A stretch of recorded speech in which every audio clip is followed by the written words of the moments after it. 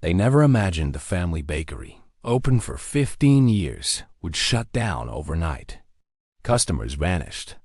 Bills piled up, and by the time they noticed, it was already too late. But the signs were there, subtle, constant, ignored.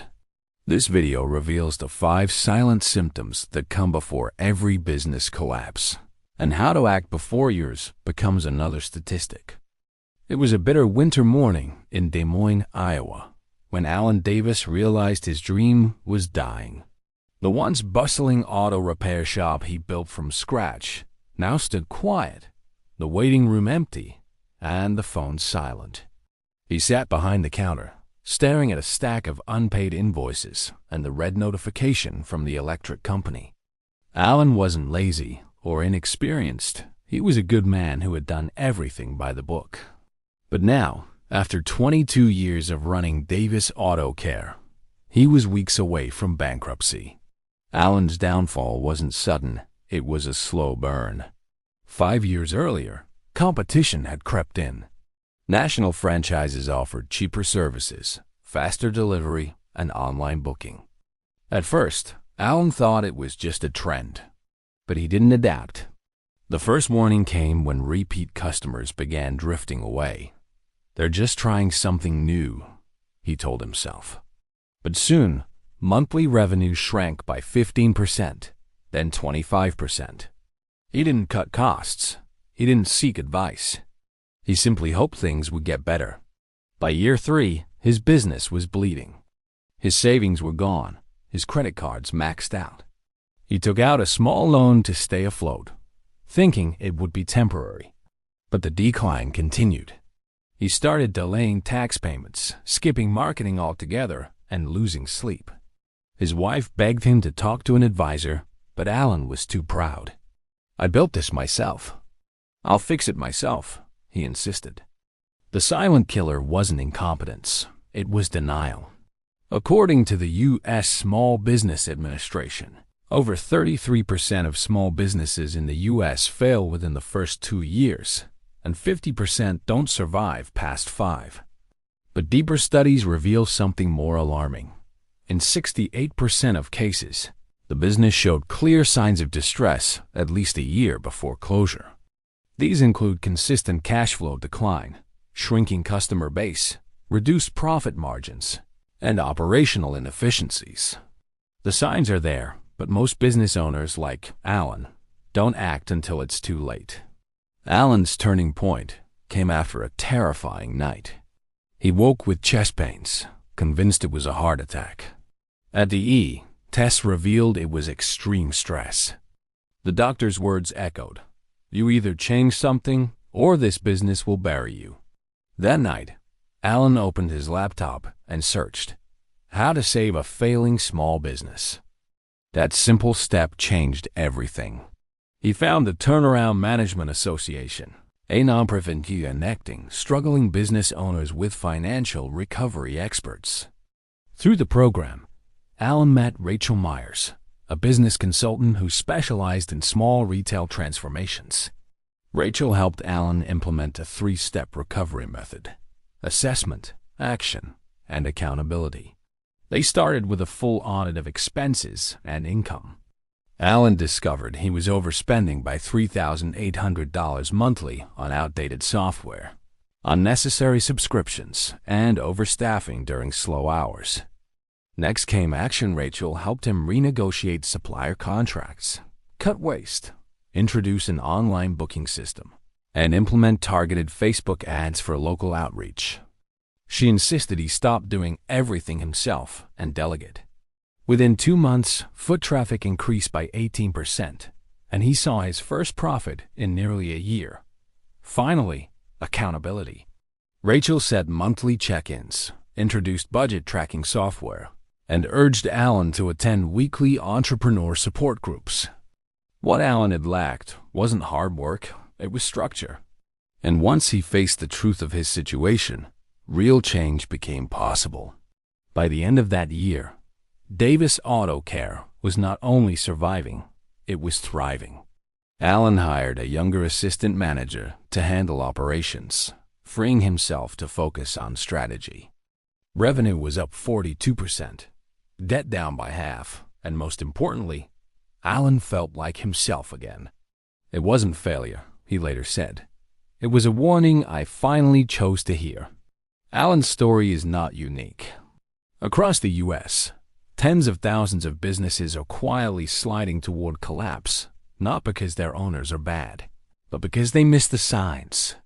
Pride, fear, and habit blind them. But recovery starts with recognition. And often, the first step is simply asking for help.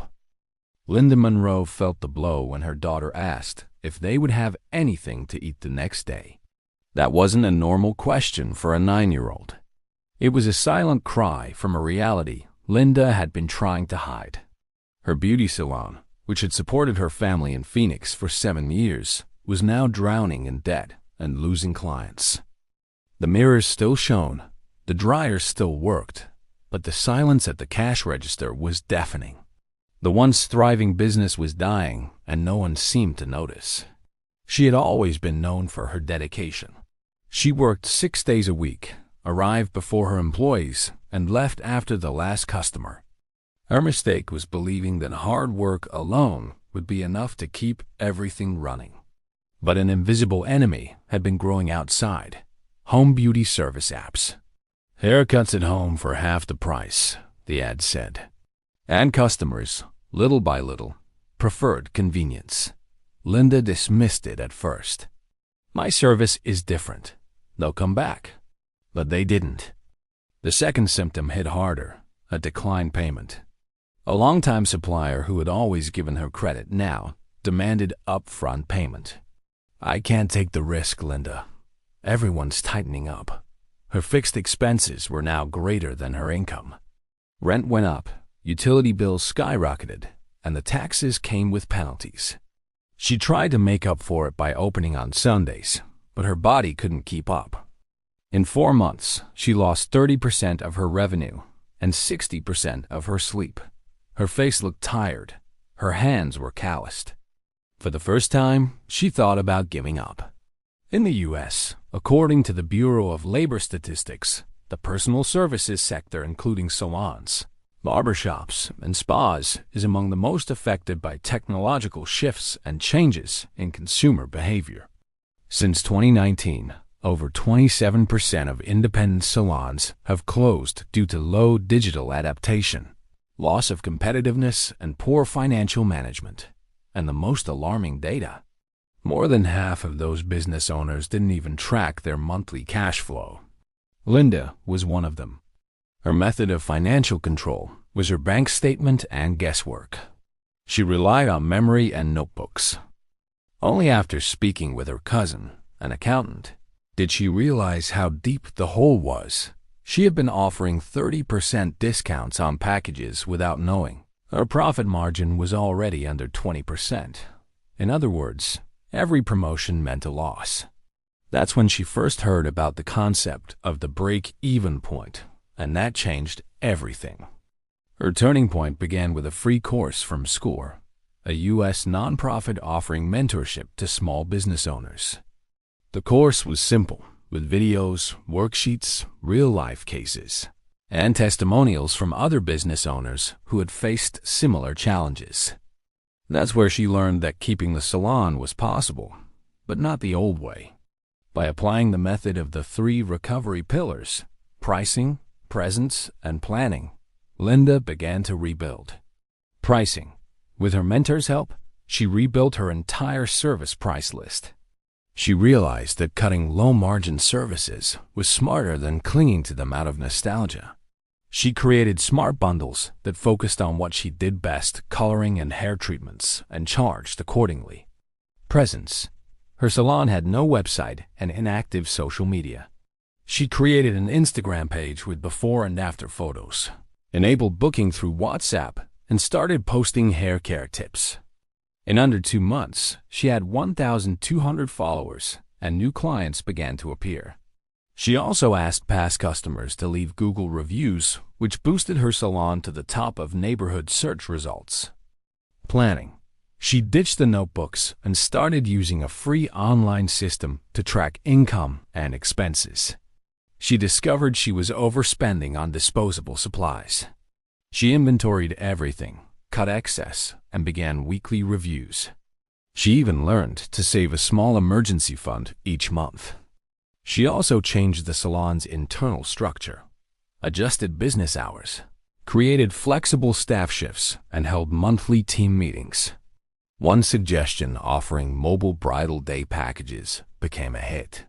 With a van and partnerships with freelance makeup artists, Linda began serving small events. That mobile branch now accounted for 20% of her revenue. After 4 months, Linda saw something she hadn't in a long time, a line at the reception desk. It wasn't like the old days, but it was a start. She paid overdue debts, renegotiated with her supplier, and finally enrolled her daughter in music school, just as she dreamed. For the first time in years, she cried with relief. "The salon isn't just my job," she said, emotional. "It's my second home. I just had to relearn how to take care of it." Linda's story reveals one of the most overlooked signs of collapse, the illusion of survival through discounts. Many owners believe slashing prices will save their business, when in fact, it speeds up the loss. The problem isn't just financial, it's strategic. Business owners who don't know their numbers end up selling the illusion of success until the cash flow exposes the truth. Recognizing the signs, seeking help, and learning how to manage finances isn't weakness, it's wisdom. If your business has stopped growing, if effort no longer brings results, if the customers have vanished and fear has arrived, it doesn't mean collapse is inevitable. But the warning siren has sounded, and the time to act is now. The first time Jordan Whitaker cried in public wasn't at a funeral or in an argument. It was at the checkout line of a supermarket in Dayton, Ohio. He watched the screen as the total climbed to $113.47. His card declined. Twice. Behind him, a line of customers waited. His son clutched a box of cereal and looked up, confused. Jordan smiled faintly, nodded to the cashier, and said, "Sorry, I'll come back." That walk back to the car, empty-handed, was the longest of his life. Just 3 years earlier, Jordan had been the proud owner of a small electronics store called Spark Tech.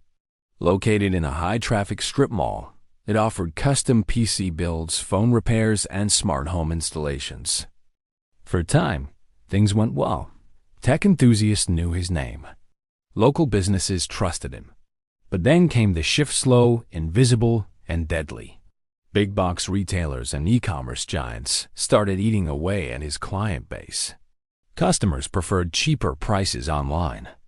Then, supply chain delays made inventory unpredictable. Still, Jordan believed passion would pull him through. But passion isn't a plan. What Jordan didn't realize was that he had ignored one of the most dangerous warning signs of business failure: the absence of financial education. He never had a budget, didn't track profit margins, didn't know his break-even point. And most importantly, he never separated personal and business expenses. According to a 2023 study by Intuit QuickBooks, 61% of small business owners in the U.S. admit to lacking formal financial training, and 38% use the same bank account for personal and business spending. That was Jordan's case. In the beginning, the blurred lines didn't seem to matter. But as revenues dipped, his personal bills, rent, utilities, groceries, started depending more on the business. Credit card debt piled up. Late fees grew. He began paying suppliers with one card and repaying it with another. Eventually, even the smallest setback became catastrophic. Then came the tax audit. Jordan had missed 2 quarterly estimated payments. The penalties were severe. A single letter from the IRS tipped him into panic. That same week, his landlord increased rent by 11%, citing inflation adjustments. Jordan felt like he was drowning in slow motion. But in truth, the water had been rising for years. His wake-up call came not from a consultant or a friend, but from a stranger, a retired CPA named Margot who visited his store for a phone repair. She noticed the stress on his face, the unpaid bills piled behind the counter. She asked, gently, "Do you have a business plan?" Jordan laughed bitterly. Not anymore. That was all she needed to hear. She gave him her number. "Let me help you. No charge. I hate seeing people like you fall through the cracks." With Margot's help, Jordan began the long process of financial re-education. They started with the basics, separating accounts, listing all debts, and building a cash flow tracker. Then came the hard truths. Half of his products had razor-thin profit margins. His repair service was the only truly profitable arm, but it was undermarketed and underpriced. Margot taught him the 50-30-20 rule for business. 50% of revenue to fixed costs, 30% to operations and improvements, 20% to reserves or debt reduction. Jordan implemented changes immediately. He stopped offering products that couldn't compete with online giants. Instead, he transformed SparkTech into a local tech support hub offering home visits, training workshops for seniors, and subscription-based maintenance plans for small offices. He launched a YouTube channel with DIY tech tips to draw local interest. Within 3 months, his foot traffic rose by 28% and repair bookings doubled. Most importantly, Jordan learned to read his numbers. Every Monday, he reviewed his cash flow. Every Friday, he checked goals with Margot. After 6 months, he had paid off 2 credit cards, restored supply trust, and moved his family into a more affordable apartment. For the first time in years, he had savings. Small, but real. "I thought I was failing because I wasn't working hard enough," he told Margot once. "But I was failing because I didn't understand money." She nodded and replied, "Financial ignorance is the silent killer of small business. It doesn't scream, it whispers until it's too late." Jordan's story is a clear lesson. Good people can build strong businesses and still fall apart if they ignore the language of money. In the U.S., thousands of entrepreneurs every year lose not only their business, but their homes, families, and mental health due to preventable financial mistakes. Education isn't a luxury, it's a shield. And without it, even the brightest dreams can fade. Today, SparkTech operates with fewer products, more focus, and a loyal customer base. Jordan gives free financial literacy talks at the local library every quarter. His goal isn't just to stay afloat, but to help others read the signs he once ignored. Rosa Delgado was never the type to give up easily. The daughter of Mexican immigrants, she grew up helping her parents sell tamales on the sidewalks of San Diego. When she opened her own coffee shop at 32, called Cafe Alma, she thought she had finally made it. The first few years were a success. A cozy atmosphere, artisan coffee, organic products, poetry nights on Thursdays. But what began as a dream slowly turned into a burden. The pandemic was the first blow. Then came inflation, rising rent, and the emptying of the nearby office buildings. Rosa tried everything to keep the doors open: promotions, combos, delivery services, and local partnerships. But the math didn't work. Revenue dropped 45% in a year. She drained her savings, then maxed out her credit cards, then took out an emergency loan with a 19% annual interest rate. "It's just a phase," she told herself. But deep down, she knew the crisis was no longer temporary. One cold night, Rosa cried alone in the storage room. The freezer had broken, and half the supplies for the next day had gone to waste. She felt small, helpless. She had done everything right, and yet she was still losing. That was the moment she decided to ask for help. She enrolled in a free recovery program at the Small Business Development Center. There, she met Elijah Carter, a seasoned consultant with experience in franchise networks and tech startups. Elijah listened to her story carefully. "You don't need to shut down," he said. "You need to redesign the model." The phrase echoed in her mind. He explained that during a crisis, the secret isn't to cut everything, it's to pivot intelligently. They started with diagnostics. The cafe space was too large, fixed costs were high, and most of the profit came from just 3 products: iced coffee, vegan snacks, and personalized breakfast kits. That's when the plan was born: diversify income by focusing on what was already working. Elijah suggested 3 simultaneous paths: digital products and online experiences. Rosa launched a small virtual store with basic coffee-making courses, recipe ebooks, and a paid newsletter offering tips for female entrepreneurs. To her surprise, 212 people subscribed in the first 2 months.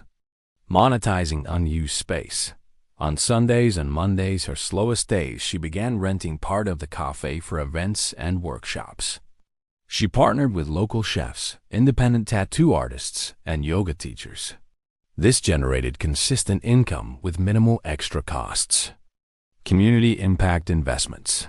With help from a micro-angel investor she met through SBDC, Rosa remodeled part of the cafe to showcase sustainable products from local vendors, artisan teas, organic granola, raw honey. She earned a commission from each sale while strengthening her community ties.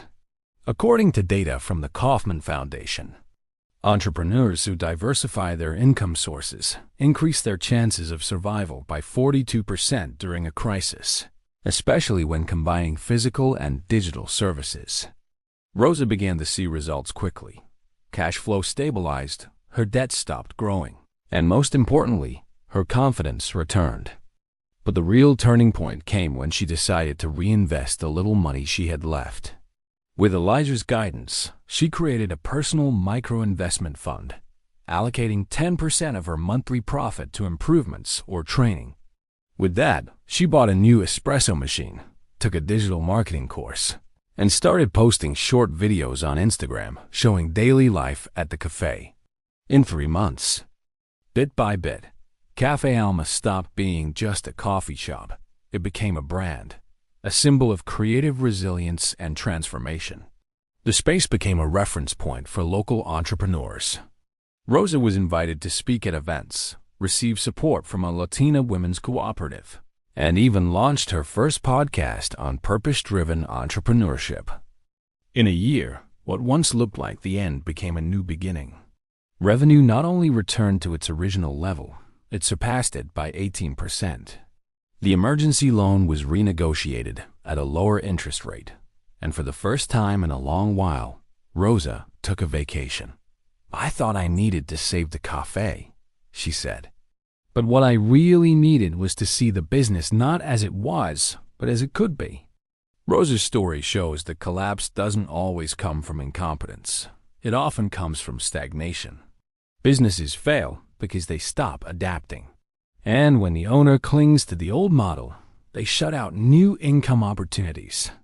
In hard times, it's not enough to cut costs. You must innovate with what you already have, turning your space, knowledge, and community into real assets. The profits stopped coming just from the cup of coffee. It started coming from the ideas she poured into it. Nathan Price used to say he was good with numbers. After all, he had studied 2 years of engineering before launching his solar panel maintenance company in rural Texas. He knew how to calculate kilowatts, efficiency losses, and installation budgets like no one else. What he didn't know, however, was how to calculate the cost of a mistake that nearly cost him everything. His company, Sunbright Services, grew quickly. With federal incentives for clean energy adoption, Nathan secured dozens of contracts in neighborhoods and small farms across the region. Within 2 years, he went from a rented garage to owning an office, with 4 vans and 9 employees. But while his revenue grew, something essential lagged behind: structure. He reinvested everything he earned with no reserves. He believed that growth was the same as success. That rush to expand nearly brought it all crashing down. In 2023, a series of 3 setbacks hit in quick succession. One customer sued for a faulty installation. A supplier went bankrupt, delaying equipment delivery. And one of the vans was totaled in an accident without proper insurance. That same month, payroll was due with no funds to cover it. Nathan had to take out a last-minute loan of $40,000 with sky-high interest. For the first time, he considered shutting the whole business down. According to the U.S. Small Business Administration, around 45% of small businesses that close in the U.S. are between 3 and 5 years old, and the leading cause isn't the lack of clients, but poor cash flow management. Nathan was on the verge of becoming another statistic. But instead of quitting, he chose to stop. Stop growing without planning. Stop hiring impulsively. Stop operating without safeguards. Seeking a turnaround, he attended a local event hosted by the National Association for the Self-Employed, where he first heard about the concept of financial sustainability for small businesses. A speaker said something that stuck with him. Businesses fail because they confuse revenue with stability. What you need is margin, not just movement. That hit hard. Nathan reached out to a SCORE consultant and, over the following months, rebuilt Sunbright's business model from the ground up. He began with the sustainability tripod principle, operational stability. He downsized his team to 6 better-trained technicians, implemented a weekly schedule with built-in buffers between installations to avoid burnout. He purchased full insurance for the fleet and equipment, something he used to view as expensive, but now saw as essential. Strategic reserves. He created a simple rule. 15% of all net revenue would go into a business emergency fund, aiming to cover at least 3 months of fixed expenses. With better control, smarter decisions followed.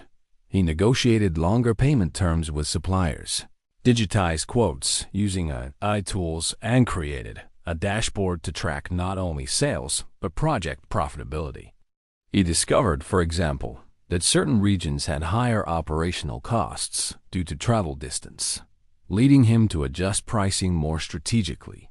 His employees, once overworked, now had balanced schedules. He created a bonus program based on efficiency and zero rework. The company culture shifted. Now we don't rush to deliver the most, one technician said proudly. We deliver what's right. Within a year, Nathan not only repaid the emergency loan, but doubled his profit margin. More importantly, he finally understood what it meant to grow safely. When asked what he learned from the process, he didn't hesitate.